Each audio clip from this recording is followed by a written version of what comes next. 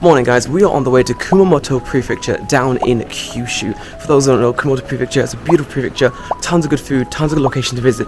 Not been in several years, so I'm pretty excited to go down there, check it out again and see for myself. It's pretty early, it's about 5:30 in the morning. My voice is still very sleepy, I've yet to have morning coffee, but it'll be worth it once we get to Kumamoto. Guys, I'll see you on the plane, let's go.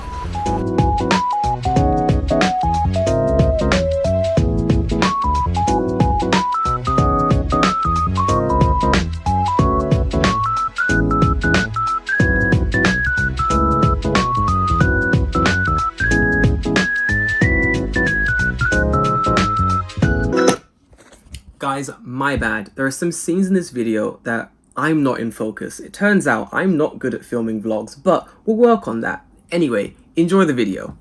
On our way to Kumamoto Castle, we found this very nice fox shrine at the base of the castle. It has a bunch of different shrines actually kind of all located in the same location. There are about 3 or 4 different shrines here. I found myself in a very quiet prayer area. So I want to do a quick inori, a quick prayer, and then we're going to head up to Kumamoto Castle. I'll see you guys up there. Check out how nice this shrine is. Gotta watch my head on that one. So on the way to the castle, we found this park, a bunch of samurai, and an old man decided he was going to explain the history and who all these people were. I understood nothing because I don't understand any history. David, fucking history major, understood. He's like, yeah, yo, that's Sakamoto Sako Meiji. Oh my god, yeah, I know that guy. Great. And I'm just there like, swords go swing. Who are they? David. So, I mean, the most important people is probably Sakamoto Ryoma. Yeah, what guy? And his teacher. Yeah, because they're pretty famous. And then the guy on the far end is from the Hosokawa clan, which is from the Kanagawa. Yeah. So, but I'm not exactly sure why they're here specifically, but because they never, as far as I know, they never had any kind of like dealings in Kumamoto. It was very far away. This is probably one of those things where they were like, oh, samurai cool, let's put statue up. Or something like that. I'm sure that it's explained far more thoroughly on the plaque there. Difficult plaque. I'll show you the plaque as well, it's very difficult. Anyway, we're going to continue going up to the castle.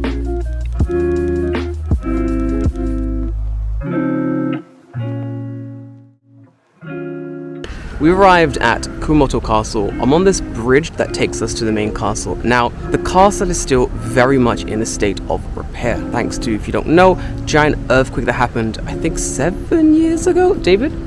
I think it was about 7, yeah. About 7 years ago. I was actually here about 7 years ago after the earthquake, and at that time you couldn't actually even get into the castle. It was like you can stand 100 meters away and look at the castle because it was dangerous. You couldn't go in. Now they're letting people go in, letting people get a little bit closer to the castle since like it has been repaired a little bit more. But generally the castle is still in a state of repair. I think if you do come to Kumamoto though, it is definitely a place you have to visit. A location where I was eating the uni karaoke before, that's like a whole new reformed area. They've got lots of like different stores there, very much like a festival atmosphere. It's pretty good if you want to experience like a Japanese matsuri vibe. It's the town square of like the castle. So like outside the walls of the main castle, they would have like a town square, like the barracks of something, and that's where all like the people would congregate and they come to sell stuff and stuff. This is why I bring David. I'll be able to tell you so much. Bro, oh my god, I forgot. I think I've mentioned on the podcast, but I love bringing David to castles because he's a history major, so he knows everything about like Japanese like castles. Before we saw like this emblem. We're like, David, what's the emblem from? And he goes, it's from it's the Hosokawa clan and then the Kato clan, which makes sense because this is who built it. It was Kato. And I'm just there like, is that from One Piece? So before you could walk up these stairways, you could go right down there from the bottom. You could go from there, all the way around, go up this way, go up these stairs, and you could follow the path around. But since the earthquake, obviously it's still like a massive safety issue. So while they've stopped the rocks from moving, I would say, it's still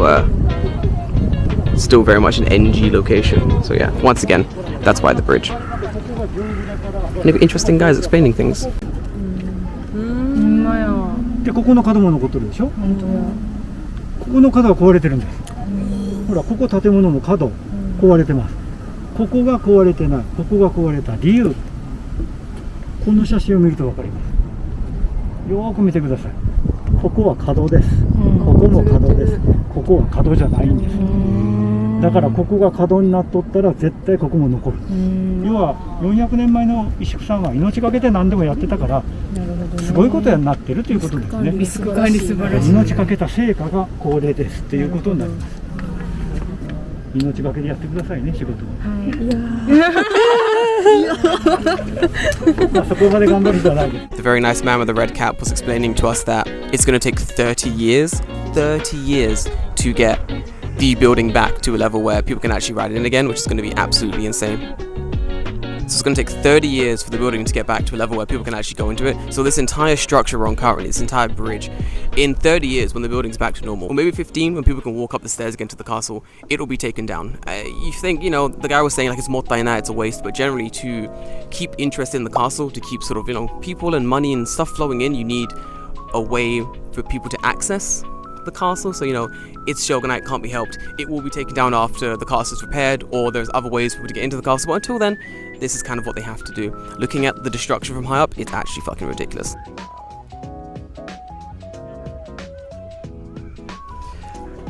I'm gonna give you some sage advice. You come to Kumamoto Castle, come early, otherwise you're gonna get hit by the crowds. There's a lot of crowds.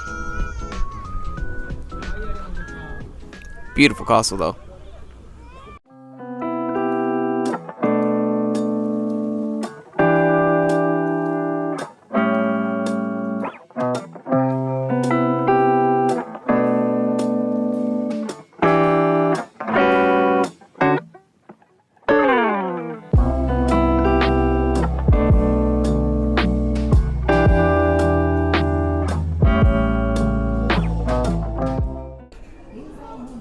Hi sir, how do you find the castle? Hi, it's pretty great.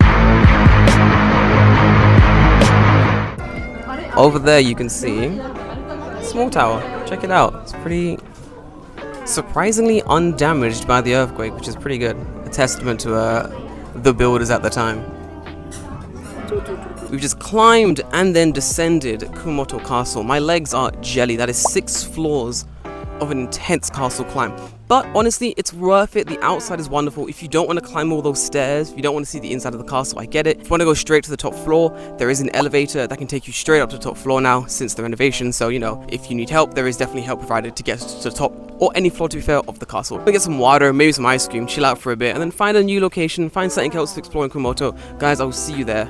I have a bunch of different adventures planned, a bunch of different places I want to go, like day trips and such. So let me know if you're liking these vlogs especially. You know, I'm not really used to doing vlogs, I'm more used to doing like sit down videos in my room, you know, where I talk about deeply researched content. But if you're liking these vlogs, I'll keep making more of them as well. Had an interesting early dinner at a very crazy izakaya street. It was pretty dang fun. The castle, I think, was my favorite part. Absolutely fantastic. We're about to ride on a train, go to the station, grab a Shinkansen ticket so I can head back to Tokyo tomorrow. Have you been to Kumamoto before? Would you like to visit? Let me know in the comments down below. Until then, I will see you next time.